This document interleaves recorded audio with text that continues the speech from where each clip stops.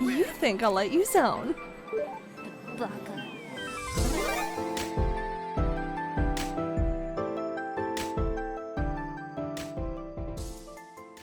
Alright guys, this is a little new because it's not so much a video game review, because the game was a playable alpha build of a multiplayer component, which has no story elements shown so far, other than a black card that said story element on it. The game I'm talking about is Duel Corp for Steam. The game is being made by a German developer, Dream Effect Entertainment, and is being marketed as a pixel art Souls roguelike action adventure RPG that works best with the controller stated by the devs themselves. The story segment will be skipped in this one, so we'll see if Duel Corp has the soul for this genre.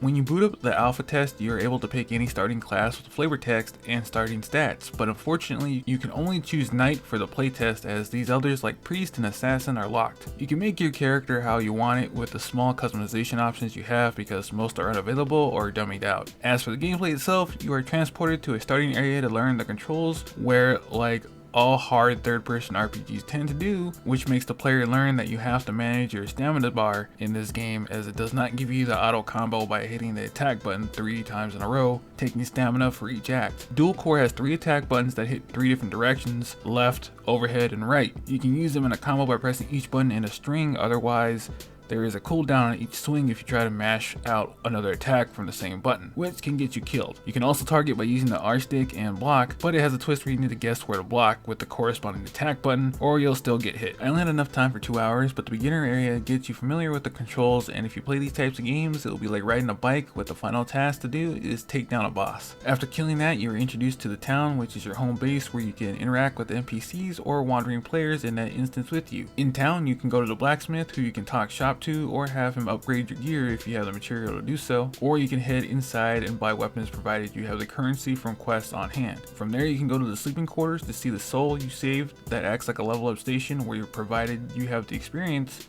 You can max your stats into the build you want, even though everyone started as a knight anyway. Next to the house is the priest, who can teach you new abilities if you have the currency or stats for them. Like in most action RPGs, you have weapons you can equip. Like in Duel Corp, you can have a main and sub equip that you can switch to at any time. Abilities you can get from the priest or runs, as you don't know what loot you get after a conquest, which show up at the end of an area in a chest, but they usually have a checklist of things to complete before it will open. So unfortunately you can leave after completing a conquest by leaving the chest behind, so it is completely optional. They range from special attacks to magic, which is fitting because they use your magic meter every time, so be careful. Traits or buffs you can equip to have bonus effects for your adventurer, like more strength or more health, to ones that are tied to your face stat, which gives you a chance to reduce the percentage of the opponent's stamina with each attack. You also got consumables, which are self-explanatory. Accessories and armor are there as well. The one interesting thing to me are the co-op conquests, as you and up to 2 extra players will go on to a map and just complete the objective, which adds to the hilarity when you're just starting out and you have a level 40 companion who is just destroying everything while you walk around picking things up.